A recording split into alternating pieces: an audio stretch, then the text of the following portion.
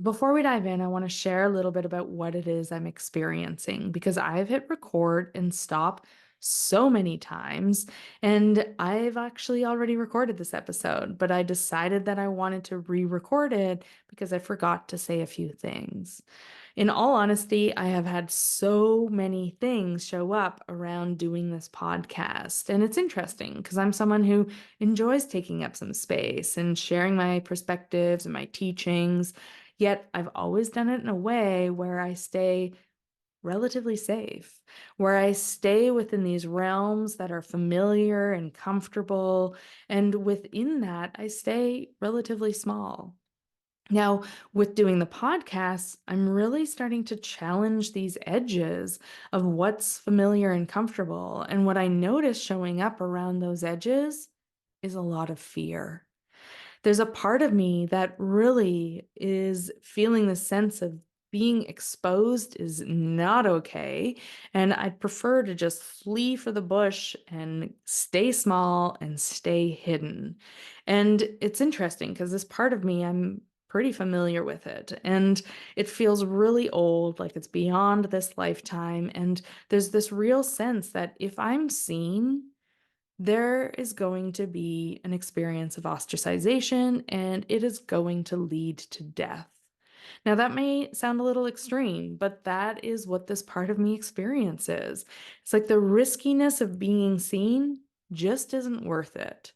Yet, what's also interesting is that I have many other experiences that exist at the same time. And I have a big part of me that's actually really excited about doing this podcast. And when I notice that part, I really feel myself leaning in and I feel myself move out of the fear and the aloneness.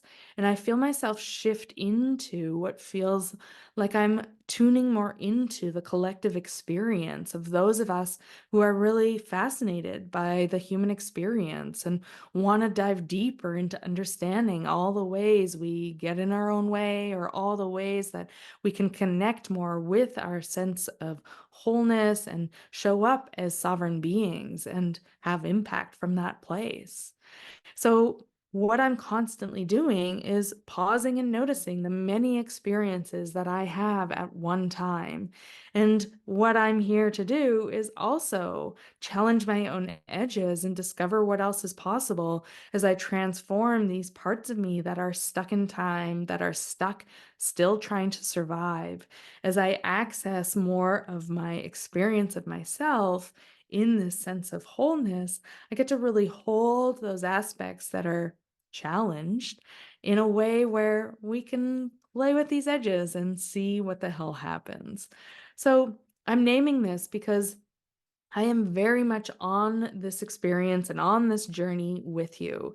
And I'm really excited to bring my perspectives forward, my experiences forward, to welcome guests onto the podcast so that they can share their teachings, their perspectives, their experiences, and also people like you, where you too have something to share, where you can come onto this podcast and we can together explore the ways that you're getting stuck, the ways that you are finding yourself limited by these parts of you that may also be struggling with pieces, for example, like ostracization and being seen, and all the extreme pieces that show up around that.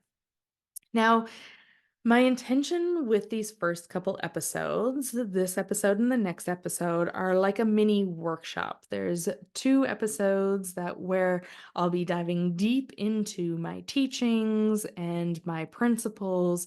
And my hopes are that you use these episodes as well as my experiential guide, a PDF that you can download, as an ongoing resource as you listen to future episodes. These resources can also be just used in general. They're great ways for you to deepen your awareness and expand into what's possible as you explore what it is you're experiencing. Now, what I'll be sharing is my principles. And in this episode, the principle we're going to dive into is pausing and noticing. And what we're going to speak to here is we're going to pause and notice our way of showing up in the world. and how that relates to us being stuck somewhere on the threat response cycle, or how it is we're showing up in a way where we're just moving through whatever it is that we're experiencing relative to the ongoing changes in our environment. So, we're going to talk about the threat response cycle. We're also going to weave in aspects of the autonomic nervous system, which is the branch of your nervous system that's responsible for all things automatic, especially around survival. We're also going to speak a little to pausing and noticing when we're using our resources and our coping strategies, and how that's different than when we pause and notice and just be with our experience. And I'm also going to speak a little to the difference in between top-down techniques versus bottom-up techniques, that both are important, and for you to be able to pause and notice and have a conscious awareness of when you're doing something more top-down versus holding space for a more bottom-up approach. So that's what we're going to cover today in this episode. And I want to point out that this is going to be a lot of information and it's recorded. So I am a big advocate for less is more, focus less on retaining everything, and let the experience be what guides you through this episode. Let whatever lands be what you make sense of in a more embodied way. That it's not about just getting the information and letting that information be what guides you, but actually feel what it is I'm talking about, so that you can make sense of it and find your own understanding and your own perspective of what I'm inviting you to discover here. With that, I encourage you to come back to this content again and again, because chances are you're going to pick up on new information every time you hear this. So, in no way do you need to retain everything I'm saying. In no way do you need to make sense of everything I'm saying. See this as a foundational aspect for you to plant some seeds. And this is something that I'll ongoingly be weaving into all of my episodes. All right, let's begin. So, pausing and noticing. Let's notice in this moment, what is it you're experiencing? Now, I like to keep things simple. So, let's start by noticing if you feel like you're more on and alert. So, what might that look like? Maybe you have a hard time sitting still. Maybe you need to always be doing something. So you're listening to the podcast, but you're also doing other things, right? Maybe you feel this energy inside you, like a buzzing. There's this experience of this buzzing happening. Or maybe there's a vibration of some kind. Maybe there's a fidgetiness, or maybe there's a sense of hypervigilance and just being on alert, noticing everything, all the details. So, in this moment, does it feel like you're more on and alert? Or does it feel like you're actually quite shut down and disconnected from feeling anything? Maybe you feel quite numb and like you don't really know what it means to pay attention to your experience. Or maybe you feel quite floaty, like you're kind of like, ooh, I have a body. I don't know. I kind of feel like I'm just part of the universe above me, right? Or maybe it's kind of like you're having a hard time focusing, you're having a hard time listening here. And maybe it's like, oh, I keep getting distracted, and it's kind of like, oh, I can't focus on much at all. So, noticing, are you a little more shut down, disconnected? Or is it possible that you're in more of an exploratory state, which would involve experiential experiences, right? So maybe in this exploratory state, you're really intrigued and you're noticing the sense of curiosity, and you feel a spaciousness around your heart, and your breath is quite calm. You're really aware of the colors around you and the other sounds. There's a real sense of feeling yourself in your seat or on your feet if you're walking or standing. There's just a real awareness of yourself and the space you take up, and there's a sense of presence being here. Now, it's quite possible you can relate to all three of these. And what I'm inviting you to do here is pause and notice on a regular basis. Like, are you more on and alert and in more of that state? Or are you shut down and disconnected? Or are you in this exploratory state? It can be really simple, but also really powerful to pause and notice and just bring awareness to what is. Now, something I'll speak to here is I find that a lot of people, when they pause to notice what is, they right away try to change it. So notice if that's you. You noticed you were on and alert and kind of moving around a lot, and you're like, oh, I should actually sit down and try to stay still here. And maybe I'm going to take a few deep breaths to try to calm myself down a little. Or maybe you were like, oh, I don't feel anything. I don't know what Nicole means by this experience yourself talk. What's wrong with me? Something's definitely wrong with me, right? Or maybe you're like, yeah, I'm in this exploratory state and I'm nailing it. I am doing this so right because I'm present and yeah, I got this. Like you get to notice what other experiences are showing up around how you're noticing yourself. Now, I point this out because, as I shared with my experience, we can have many experiences all at the same time. And it's quite fascinating the more we pay attention to this. I'm going to get into this a little bit more in the next episode, but I just wanted to invite you to notice that although I'm inviting you to pause and notice your state, you may have other experiences that exist at the same time. All right. Now, I'd like to speak a little more to the threat response cycle. And I find this to be so important for us to recognize because this is something we are constantly exploring or moving through, rather, in our everyday life, unless we're stuck in it. So, I'm going to speak to it as if you have a regulated nervous system and you're someone who moves through these experiences relative to the change in your environment. And then I'll speak to how we can get stuck in them. Now, assuming our environment is safe, we will then be in a more exploratory state, right? So I'm going to use walking outside in nature because this is something I do all the time. And when I'm in nature, there's this experience of being safe. There's nothing around me that is proven otherwise. So I'm moving through the trails and I'm really observing the colors on the trees, the moss, all the different styles of the moss. I'm noticing the smells.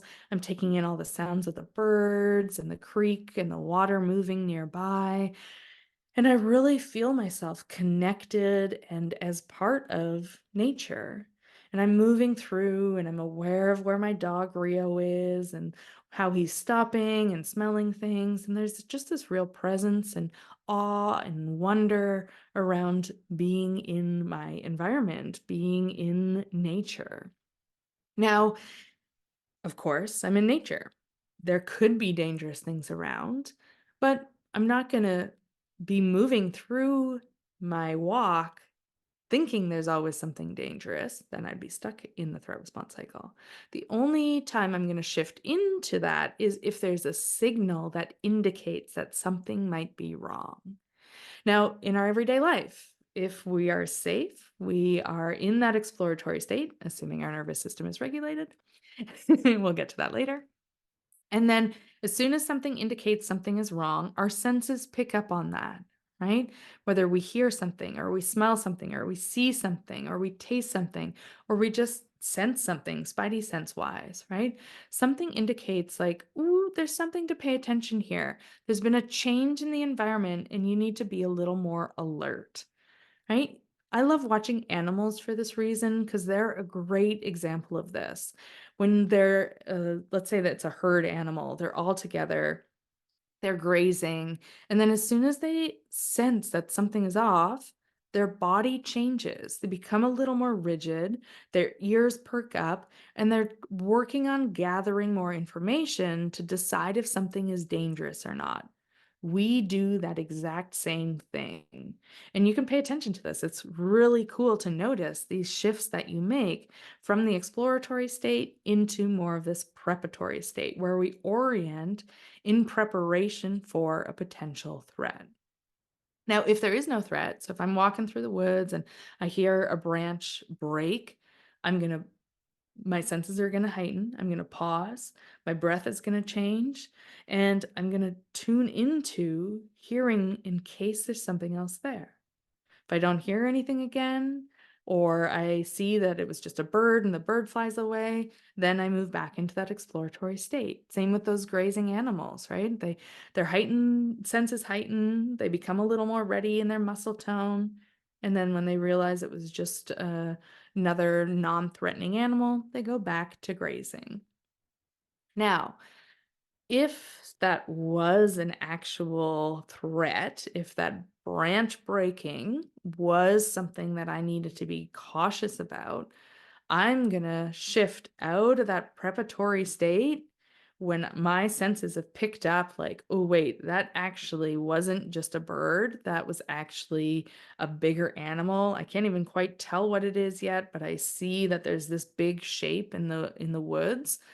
Then I'm going to shift into more of a defensive orienting where I'm really taking in the information in preparation to do something about this threat that has now been validated. Like, oh no, this is something serious. You need to do something here. Right. So I am cautiously, potentially backing away from this larger object. I live in the Pacific Northwest. There's a lot of bears around. Right. And I'm going to do what I can to move away from the thing that is the threat. Animals will do the same thing, right? So that grazing herd, they've gone from prepping, prepping, hearing that stick, to getting ready to run. They see that there's an actual predator there. The whole herd is alerted and they bolt.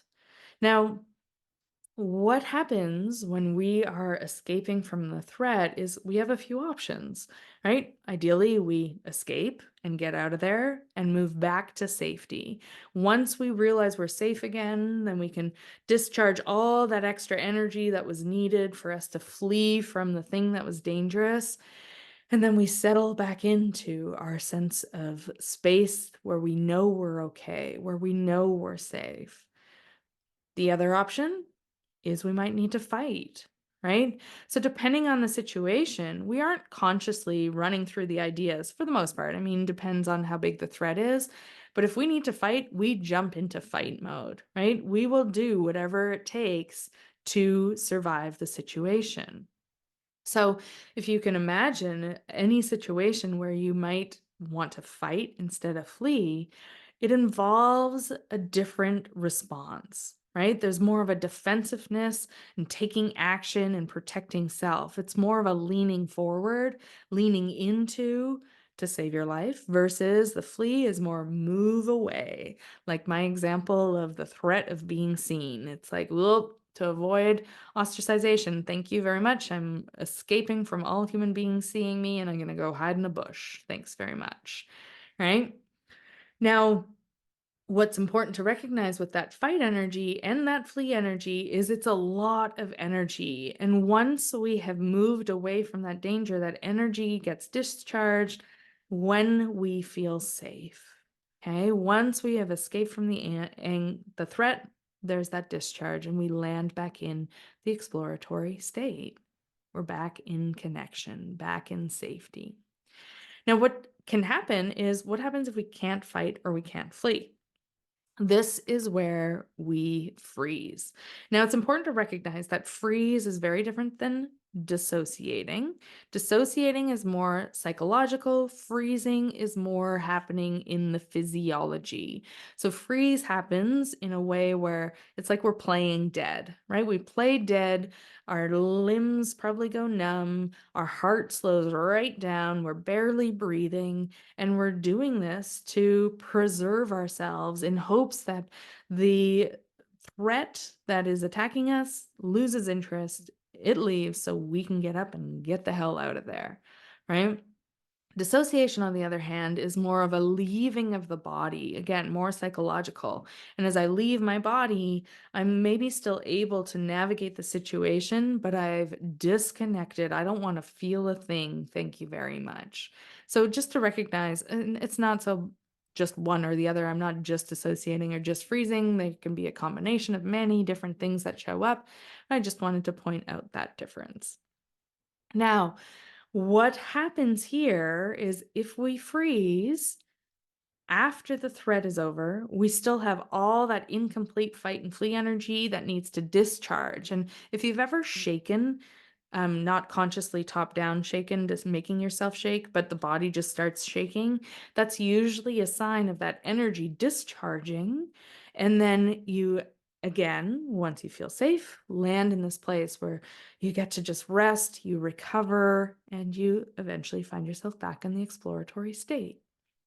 Now, again, this is a lot of information to take in, and what I'd like to invite you to recognize is when in your day to day do you move through this experience, right? Because it's happening all the time.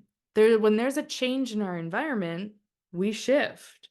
And when that change in the environment is validated as dangerous, we do something about it. And when it's actually not dangerous, we settle again and we can really connect with ourselves again.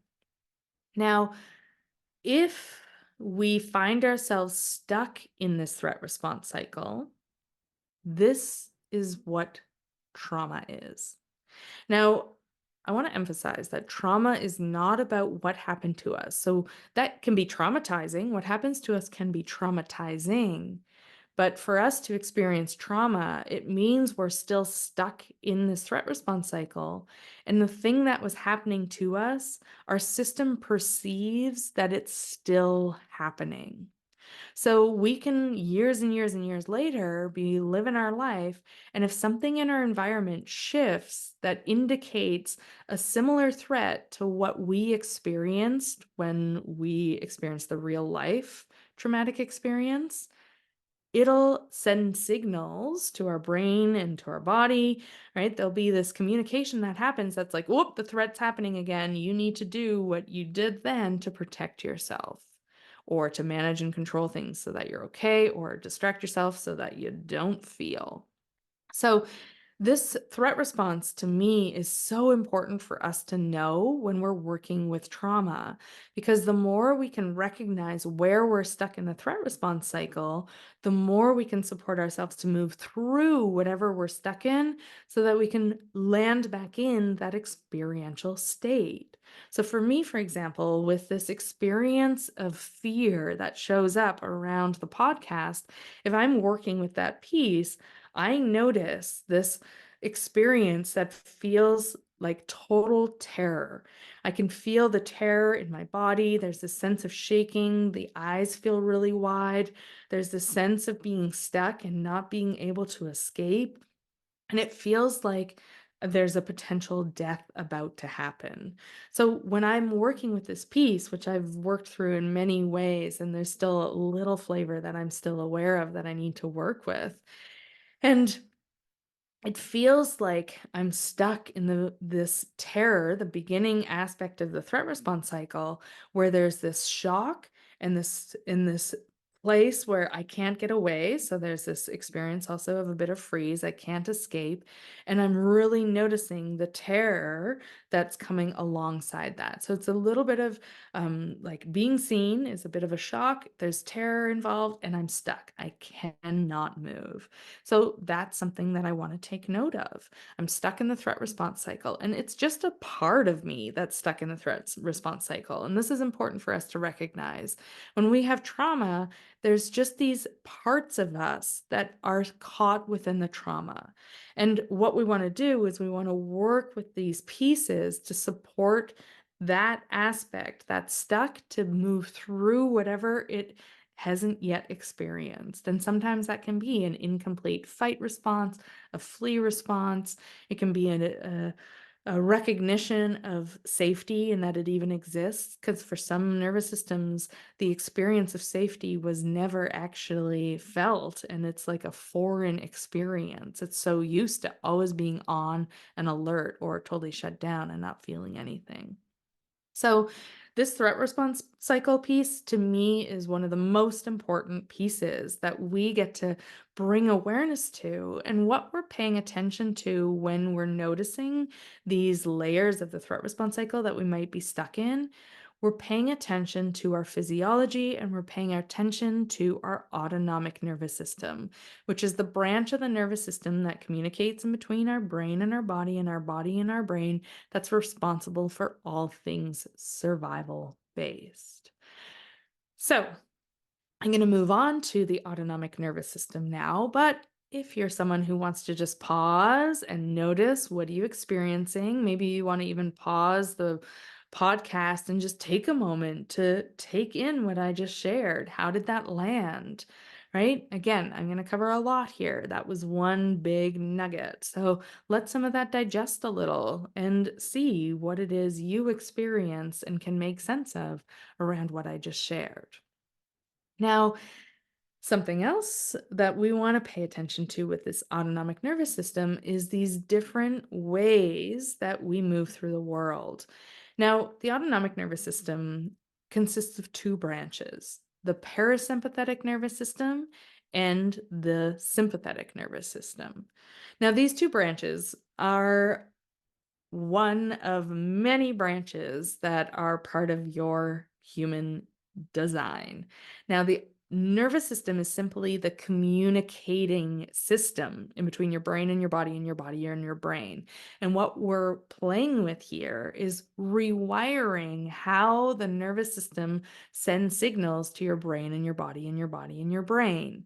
Right? So we're paying attention, and this is where I find some people get a bit confused because they're like, oh, my nervous system is so wired right now, or oh, my nervous system needs attending to. What I'd like to invite you to do is change the language a little, because your nervous system is only one part of a really big experience. The human experience is quite complex, and the nervous system is simply the wiring, the communicating system in between the brain and the body, and the body and the brain. So what I'd like to invite you to do is become aware of this one branch of your nervous system, your autonomic nervous system, but know that there is so many more branches at play, and that will be saved for another episode. Now, the autonomic nervous system, the parasympathetic branch, actually stems into two branches. And what's interesting here is these branches are always firing in some way relative to what you are doing and what's happening in your environment. So let's talk about the ventral branch first. The ventral vagal branch of the nervous system is responsible for more of the social engagement that we do. So right now, I've got some ventral vagal tone online. It's helping my mouth move and me make my facial expressions, and it's allowing my heart to beat and my lungs to be working in a certain way so that I'm staying engaged, right? That nerve also moves up into my face and into aspects of my ears, and it is the social branch that really allows us to stay connected and experience a sense of safety with our environment and with each other. Now, the other branch of the parasympathetic nervous system is your dorsal vagal nerve. We're going to keep it simple here. Okay. So that dorsal branch is really responsible for supporting you to rest and slow down. So when there is more of a dorsal tone present, you're more likely to be watching Netflix or going to sleep, assuming you sleep well and soundly, right? When that dorsal branch is online a little bit more, you're settled and you're relaxed. Now, just to make things a little bit confusing, the dorsal tone has a range, right? I mean, all the branches have a range, and sometimes they're on more, sometimes they're on less. With this dorsal branch, when it's on low tone, you're in more of that rest state. But if that dorsal branch is high tone, you are in more of a shutdown state. So the job of that dorsal branch is to really slow you down. And if it needs to slow you down so much that it shuts you down, it's going to. If it senses a threat and it wants to just shut you right down, that's what it'll do. So, this dorsal branch is really key for survival, both in keeping us rested and fed and all those internal organs functioning when they're supposed to function, how they're supposed to function. And at all costs, that dorsal branch will trump everything and shut everything else down. So that's your sympathetic nervous system. Parasympathetic nervous system. The parasympathetic nervous system branching off into the ventral vagal nerve, which is more that social engagement. And the dorsal vagal nerve is more about resting, digesting, and shutting things down if needed. Now, lastly, I'll speak to the sympathetic branch. Now, when that sympathetic branch is more tonified, when we've got more sympathetic tone, we are in more active mode, right? So I may be even right now experiencing more sympathetic tone, right? It involves a little bit of flushness into my cheeks, and it allows my heart to beat a little bit faster. If I were to get up and go for a walk or a run, I'd need even more sympathetic tone to get that oxygenated blood to my muscles. And then add a threat, and then that sympathetic tone jacks up even more to help me fight or flee. And it allows me to really focus on survival at that level, right? Again, there are many other systems involved in that process. Fight and flee isn't just the sympathetic tone, but what I wanted to name here is just these different branches so that you can see that every day this autonomic nervous system is constantly changing state relative to what you're doing. And you can pay attention and notice, like, ooh, I'm feeling that I'm a little more active right now. I'm out for a walk, so I must have a little more sympathetic tone. Now, if I have more sympathetic tone, that probably means I'm not digesting so much right now, so I have less of that dorsal tone on, but I'm out with a friend, so I must be a little more ventral. So it's something for you to pay attention to for you to get curious about. How is it your autonomic nervous system is constantly changing states? If we think about the threat response cycle, this is a great example. If I'm in more of that exploratory state, I am in more of ventral tone, right? I might have some dorsal tone as well because I'm feeling a little relaxed and connected with my environment. As I walk through the woods, I'm really noticing my sense of connection with the earth, with the trees, with the birds, right? And while I'm moving, I still need some sympathetic tone, and I'm really engaged and connected and moving. And, there's a good range of all these different tones of my autonomic nervous system involved here. Again, lots of other systems are involved as well, but we're not going to go into that in this episode. If I experience a sound, I'm going to shift out of that ventral tone a little and move more into a little more sympathetic tone, right? I also don't need that dorsal tone very much anymore. I don't need to be digesting and relaxing here. I need to be more alert. So I have less tone in that dorsal branch, less tone in that ventral branch, more tone in that sympathetic branch. There's a potential threat. If the threat is real, I need even more sympathetic tone to get me out of that situation or to help me fight. Then, as I escape the situation and I move back into safety, whether it's away from that trail or maybe I don't feel safe until I arrive back at home, and I feel that discharge of all that energy, that sympathetic tone starts to settle down and be discharged. And then I start to feel myself connect more with my environment, and my dorsal tone starts to come online a little bit more as I shift more into resting. And maybe I'm sharing my story with a friend, and there's this ventral connection as well, right? So there's this all constant change happening within how our nervous system is communicating with the rest of our body to tell us, do you need to be more on and ready to fight? Or do you need to be more on and ready to engage, or do you need to be more on and in this state of resting, right? So that is your autonomic nervous system. And again, this invitation to pause and notice, how does this information land?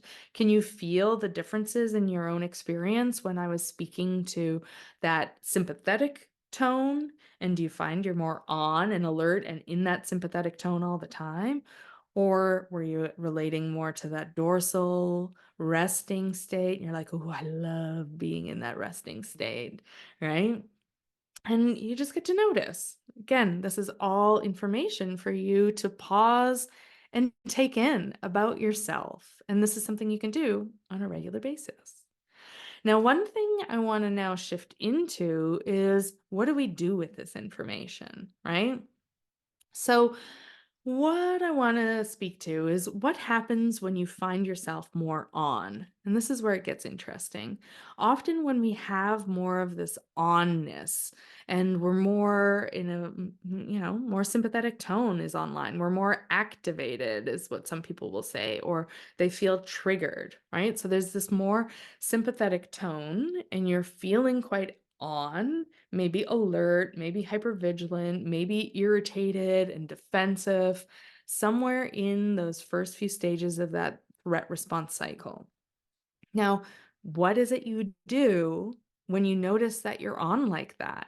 What do you do when you're activated? Chances are you try to change it. Am I right? So, this is where it gets quite interesting. When we notice that we're on, we are the type of society that's like, ooh, we should be calm all the time. You should be relaxed. And what we tend to do is we try to change what it is we're experiencing. So, some ways you may try to change it is maybe you take deep breaths. Maybe you think you need to sit and meditate. Maybe you play a song and you dance. Maybe you go out for a run. Maybe you grab your phone to try to distract yourself. There are many things that you can do here, right? Now, what you're doing is more of a top-down technique. So, what I want to invite you to notice is, when you're experiencing something, do you consciously, and maybe even subconsciously, do something to try to change it? Now, the reason I'm calling this top down is because you are more higher brain making a decision to do something to try to change your experience. So you're feeling activated and you're like, I'm going to take some deep breaths. And you take some deep breaths and your system calms down. Great. Until it jacks right back up again, right? Now, what I speak to here is, when we get activated, when we find ourselves in more of that sympathetic tone. Now, what happens here is, when we do something about it to try to settle ourselves back down, it's kind of like there's this tone and then I settle again. And what's interesting here is, we're not actually moving through our experience. We're just more in that onness, and then we are trying to bring ourselves back into the exploratory state, or at least not on an activated state, right? Now, this is helpful. It can be great to not have these resources and these coping strategies that help us not feel activated and on all the time. And it can get interesting because, in a way, it's two conflicting experiences. Something inside of you is on for a reason. There's an information there for you to gather and something for you to inquire into there. The more you notice that, oh, I'm actually right on right now, you'll also start to notice how you're trying not to feel that. And that's in conflict with what is happening within your physiology. So, a great example of how we can experience this is, even in this moment, you can notice if you have this sense of being on or activated or triggered. You can even see what happens if you just think of a time of when you were on or activated or triggered. And you might feel that there's this extra energy there. Then notice how you almost have like a braking system or something that dampens or tries to make you not feel the intensity of all that energy. Now, we call this the gas and the brakes. right? And this can happen all the time because we're so busy trying not to be what we actually are. And it's like there's all this energy there, but we're trying to dampen it. We're trying to make it quieter. Now, this can be a really cool way to notice that you have two conflicting experiences. And one way you can play with that is what shows up at the idea. You don't actually have to do it, but the idea of taking that braking system or dampening system off. So, for me, for example, in the experience I shared at the beginning of the podcast, it's like there's this fear there. There's this fear around being seen. So, if I keep myself dampened, I can feel the fear, but the fear gets quieter. I can kind of keep myself dampened, and in a way, it feels like I'm controlling my experience a little bit more. But if I had less of that dampening and less of that protection online, I'd have to feel the energy of that fear, and it feels like a vibration, feels like that nervousness as I was describing as eyes moving around, anticipating this consequence that's about to come my way. So the braking system is doing a really good job in making sure I don't feel the intensity of this energy. Now, this is one way we can notice the ways we don't necessarily let ourselves move through what it is that we are experiencing. Other ways we might do that is with our resources and coping strategies. And I like to differentiate resources from coping strategies in that a resource allows me to still stay connected with my experience, and it allows me to settle myself and come more into maybe that relaxed state or exploratory state. Whereas a coping strategy distracts me from feeling anything. So that's how I like to differentiate resources versus coping strategies. A resource, to me, resources me enough where I move away from the activation and still feel somewhat connected to myself, or feel a little more settled. Whereas coping is like, whoop, see you later. I'm doing something so I don't have to feel anything. Thanks. Right? So what's great for that? Social media. Thank you very much. Right? Distract, don't feel, go on social media, right? Or maybe I instead resource myself by having a bath. And by having a bath, I feel myself settle a little, and there's less of that activation present. So, what I want to invite you to do is notice when you are doing things that are more top down, where you are controlling the situation in some way, where you are taking charge and changing your experience so you don't have to feel the intensity of something. Okay. Well, how I like to explore is in another way.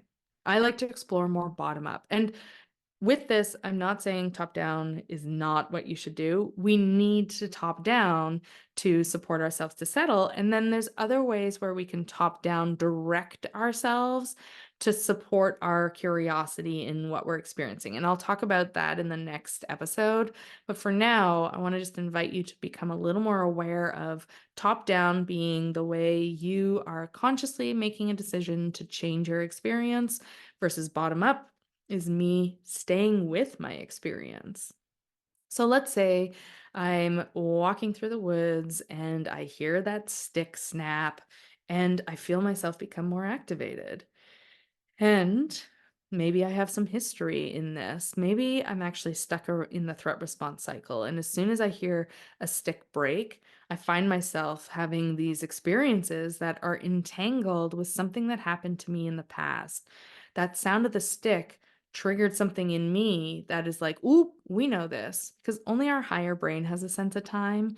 And the rest of us, if we experience something that is related to what we're stuck in that threat response cycle, if it's related to our trauma, we will have an experience that is similar to our experience that we're still stuck in. So I hear that stick, and all of a sudden I feel myself starting to shake, and I'm hyper vigilant. Now, even though that was just a bird flying, I'm now really on and really alert. And now I'm walking through the woods and I can't hear the birds anymore, and I'm barely seeing the colors, and I'm feeling my heart rate increase, and I'm walking way faster, and there's this nervousness that I'm experiencing.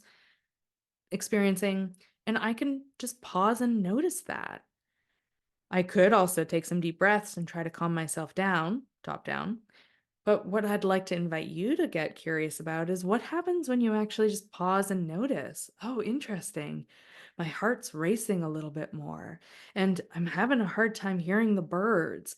And I'm noticing that my legs are moving really fast. And I really want to like walk, run out of here.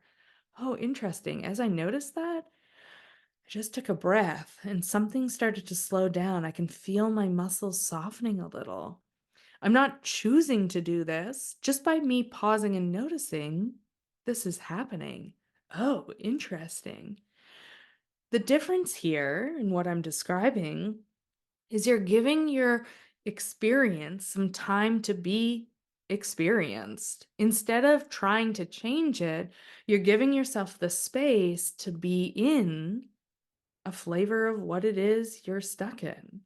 And what can happen here, because our body doesn't want to be stuck in these experiences, our system wants to move through being stuck in this fear or terror or perception of threat, right?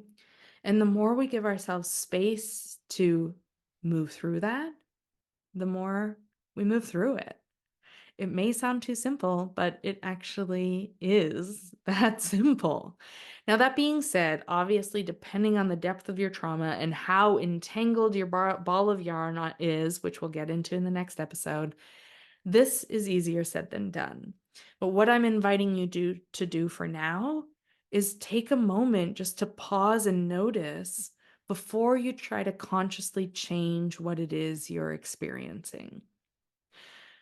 This may be very new for you. And all you need to do is play with this for a millisecond. Obviously, if it's a big experience, this is not something you necessarily want to do, or maybe you do, and then you're like, thank goodness I have resources and coping strategies. Thank goodness I have survival patterns that help me not feel the intensity of this, right? And again, next episode, we'll be diving way more into all the layers that are involved there. But for now, see what it's like to pause and notice and be with your experience.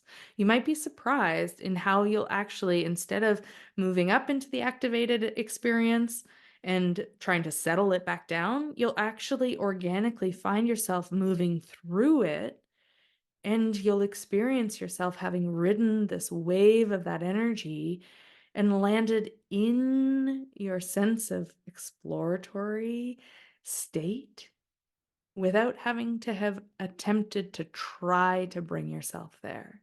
It's this organic shift you'll make through the threat response cycle back into the exploratory state without you consciously doing anything.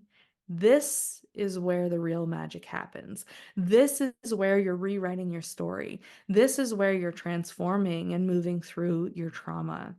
And yes, it can take layer by layer by layer by layer because there can be a lot of entangled pieces involved. But the practice in pausing and noticing and giving yourself that opportunity to just be in your experience is one of the richest practices that you can do. And this, again, might be so new and so foreign to you. So I invite you just to play, to see what happens here. Know your body and your brain are so wise. And if it feels like an edge that's not okay, something else will come in to help you out, right? So play with this in a way where you can notice, like I shared at the beginning, my edges where there's this sense of vulnerability, there's this sense of fear, there's this sense of terror, and then there's the impulse to run and get the hell away from there instead of staying within the vulnerability and staying within the terror and staying within the fear and moving through the wave of that to recognize that, wait, I am okay. There is no threat here. Again, I could top down tell me I'm safe. There's no threat here. You're okay, right? You got this. But that's all top down. I'm inviting you to explore in a very different way. So I'm really intrigued to see how this goes for you. Again, this is one of my principles, pausing and noticing. What we're going to get into in the next episode is we're going to deepen our awareness into what it is we are experiencing. And when it's not the threat response cycle we're caught in, well, we're always caught in the threat response cycle if we have trauma. And what happens then is we have these survival patterns to not feel the intensity of the threat response cycle. So for me, for example, with the podcast, the response, my survival pattern would be to flee, to stay away from those edges that are uncomfortable, for me to stay small. Those are all my survival patterns that I've adapted to stay hidden, right? I've adapted those to not feel the terror, the fear, the riskiness of potentially dying. So what we're going to get into in the next episode is we're going to explore those survival patterns. We're going to deepen our awareness around what's involved in those survival patterns, why they're there. Threat response cycle, that's why they're there. And we're also going to get curious about what happens when we explore these patterns. We're also going to really come into this practice and this principle of there's nothing to fix. Now, this is a big one because what can often happen when we're having all these different experiences is we try to make it be different, right? We try to change what we're experiencing. And now it's important to recognize that there is nothing to fix. You are already whole. And although you have parts of you that are stuck in time, stuck in the threat response cycle, stuck still trying to survive, what we're doing here is we're supporting ourselves from a place of wholeness to move through whatever we're stuck in. It's not that you're broken. It's not that there's anything wrong with you, right? There's nothing to fix here. All we're doing is welcoming the aspects of ourselves that are caught in these dynamics to be moved through so that we can experience ourselves as more of this whole sovereign being. And the more we connect with the sense of wholeness, the more we recognize our sense of sovereignty, the more we find that we have choice and we have agency and we get to support ourselves as the empathic witness. And when we land in this recognition that we can be our own empathic witness, because what happens in that threat response cycle is we're lacking the empathic witness to support us to move through and recognize that we're safe, that we belong, that we're there as someone to be part of the community, part of the collective, right? When we experience trauma, we're isolated, alone, separate from the collective experience. So it's the lack of the empathic witness that is part of our trauma, and we get to learn how to be our own empathic witness. And that's what we're going to explore the next module, or excuse me, the next, I'm speaking more my program talk here. The next episode, we're going to dive into all those layers, survival patterns, not fixing, recognizing your whole, and becoming your own empathic witness. So I'm excited for you to dive into that second episode. Again, take all the time you need. I've covered so much here, and definitely just take what nuggets land. You in no way need to retain it all. And know that I will be coming back to these principles and these practices over and over and over again. So take what landed, see where it takes you, and I look forward to hopefully sharing some of these experiences with you on future podcasts. Feel free to join me and feel free to share your experiences on social media, all that fun stuff. I look forward to seeing where this journey takes you and me. I'm here with you in this, so let's do this. Thanks so much for listening. I hope that this episode has provided you with new perspectives and insights. And if you haven't already, head to my website to download the experiential guide. Until the next time, I invite you to continue to pause and notice.